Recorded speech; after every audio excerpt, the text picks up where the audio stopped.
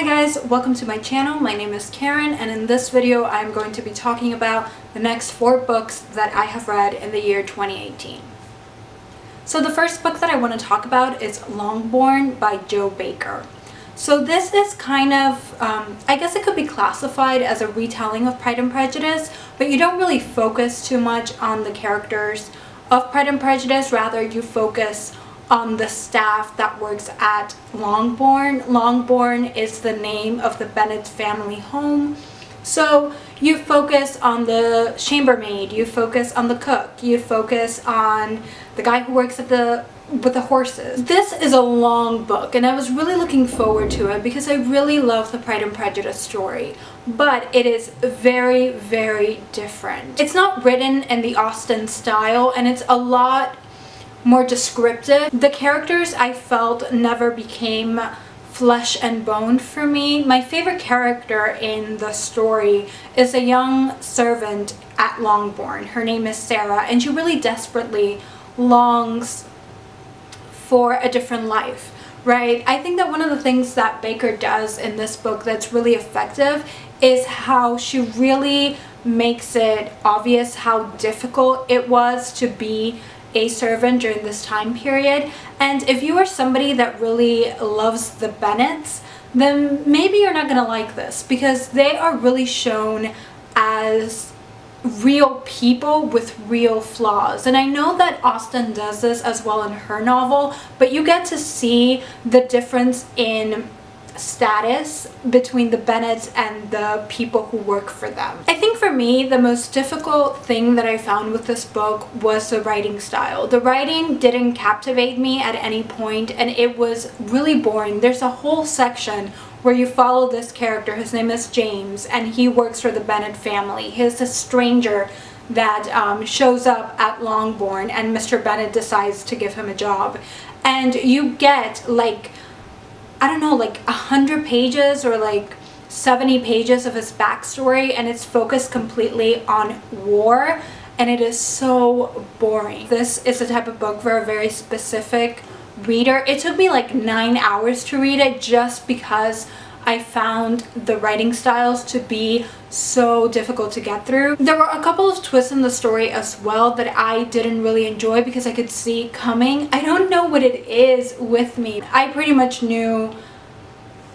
what had happened since one specific character had been introduced, so that really lessened the experience for me because it didn't make me want to continue reading to find out who this person was and what happened with them and how he was connected to the Bennet family. So overall, I think that if you are someone that really loves Pride and Prejudice, this is not a must-read for you. It wasn't a complete waste of time because it did have some great moments, and like I said, I really like the character of Sarah, but on the whole it was just a forgettable experience. I do think that the book really shines though in the last 60 pages, specifically when it's talking about love. I think that Pride and Prejudice puts this like idealistic version of love, and this book is really trying to change that. This book is really trying to present love in the complex, messy, difficult way that it really is.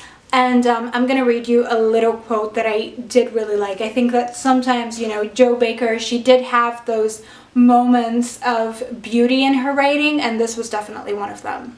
So there is a moment in the book where the author writes this: "Perhaps it was not an easy thing to be so entirely happy.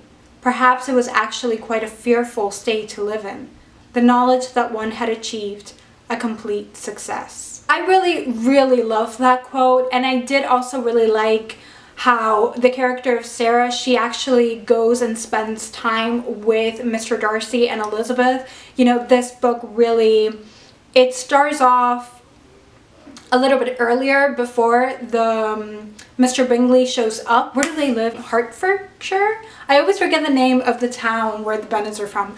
But it starts a little bit earlier and ends a long time later, like once Elizabeth and Darcy have been married and settled and everything like that. And Sarah actually goes with Elizabeth and Darcy to their new home, and she makes some really interesting observations about that marriage and about what marriage has done to Elizabeth that I really like and that I thought was an interesting twist to the Jane Austen classic.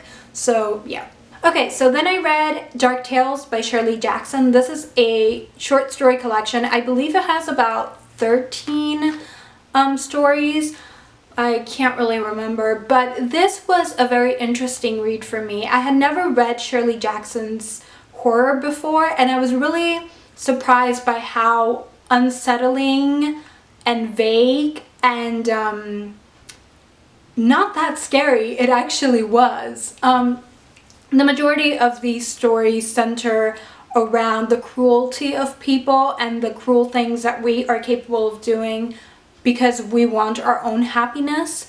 It is also focused on marriage, it is focused on paranoia, it is focused on psychics. There are some stories in here that are paranormal, there are some stories in here that are about the evilness of human beings, and to be honest, this was a really interesting, great read for me. I really enjoyed it. There were definitely a lot of similar themes, so you would get a lot of like the crazy old lady, the mysterious stranger, the broken marriage. So there were a lot of themes that continuously kept showing up in stories. It's not the most diverse story collection, I think, personally, but I really enjoyed it. Some of my favorites were The Possibility of Evil, Paranoia, The Honeymoon of Mrs. Smith, The Story We Used to Tell, and All She Said Was Yes. That one was so good. I'm not going to tell you what each of my favorite stories was about because I really want you guys to go ahead and pick this up yourselves and read them, because I do think that